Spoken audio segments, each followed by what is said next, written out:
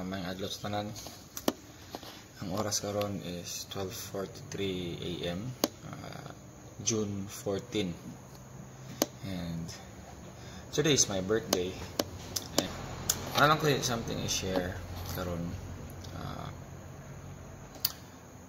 Ang gaina, murakog na medyo na shock ko ba kay di mo ko typical na maghanda og birthday.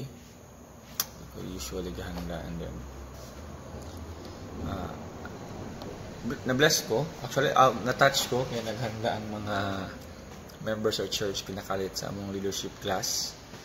Supposed to be may leadership class yet. Naghanda sila. Muna kong nakalitan, kalit ba muna kong gisagpa sa kamatuoran, 35 na ko.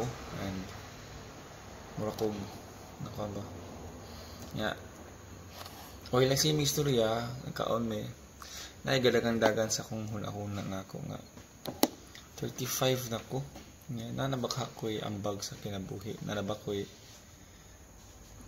did my life matter already, or nanabak ko'y sabot na mo sa idea nga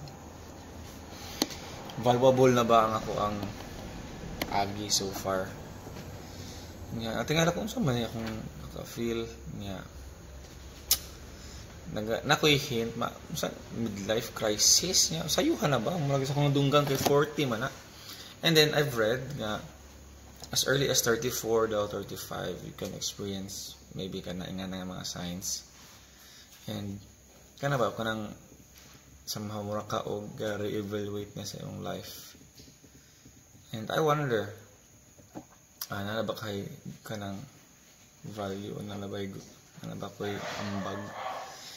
Maybe kung anyone there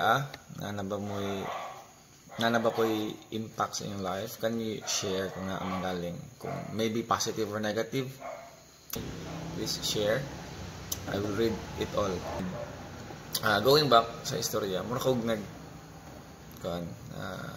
na-shock ko kalit 35 years old.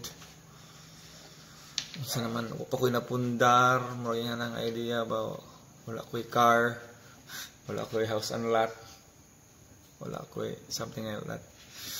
And then at the same time thankful ko kay na ko'y family, na akong wife, sa among small family, akong wife and our dogs for now, na ako'y extended family, na ako'y churchmates, na ako'y kauban ng mga co-workers and all. And nakuan lang ko nga maybe ang kanina ay realization na ako niya kaning midlife crisis. Naglailay siya sa tulo ka klase nga type, tulo ka klase nga tao. First, katong mga grabe gid kalabad ang kinabuhi ba, grabe ka worst ang ilang experience sa kinabuhi during midlife crisis. Siguro kay bad man kayang nilahang kinabuhi. Time for them to reevaluate their lives and maybe turn around kung yan na. And napay chance for them na ma-change kung pabandong kagayo. Ikaduhang nga category is sa katong mga nagsugod pa lang or nanay na buhat. Sahay, siguro sa akong una-una lang ha, kaya di ko ako mismo pa ko kasabot. Kung na kayo nasugdan, maybe time ni siya nga mag-re-evaluate, sakto ba niya akong ginahimo, pablayunan ba na ako ni, or mag-change career na ba ko, or nga na. We don't know. And lastly, katong category sa katong dako-dako nagnaagi. Katong consistent nga honor roll, breadwinner, and then top permanente earning siya. And then pag crisis niya, maybe moingon din siya nga sakto na siguro akong mga maayong nga nabuhat and time for myself. Yan na siguro ang ilang istorya. And I don't know unsa istorya sa uban, but ni balik lang ko sa idea ba nga wala man goy one ako na istorya for all. There is no one So na one size fits all sa life. Lahi-lahi mong gutag timpla sa kinabuhi, and you do you. Raya na nga idea ba? Ako ang karon sa time realization. Pero ayo kalimtingan, we are following a moral codes, moral nga na ay limit sa atong liberty, if you know what I mean. So yan na. So I am speaking in behalf of other people nga maybe wala mo kasabot.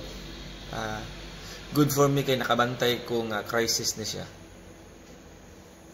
Sa mga uban nga wa kasabot, ako din na-realize ba, basig mo na yung reason nung ako nakita nga mga tao nga imbis kay hidara na sila, dagko ng mga anak, dito pa nangabit ang bana, dito pa or sa baka ang asawa baka nga na ng mga stories, nag-resign, nag-retire, nahimong drunkard, nagpalahubog na lang kay wala kasabot sa economy.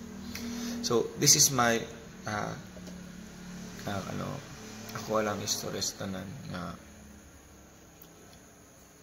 maybe this is you as well. You are not alone. Nakay kauban, and you need someone mag-guide sa imuha. Sa akong case, akong wife, akong family, akong friends, and ikaw, I hope you have someone with you right now if you are undergoing crisis like this nga ako ang ginano, because lisod siya, and if ever wala kay kauban sa imong journey karon, and maybe kaila ta or bahag ta kaila nga nakita nimo nga video, you can ask for help, or maybe you can chat me, and kung di ka kabuloon sa isulti, pwede na ka mo chat sa kuha, period, space, period, and maybe we'll talk about life. Maybe if you're a woman, akong wife, kami duha. If you're a man, let's talk. And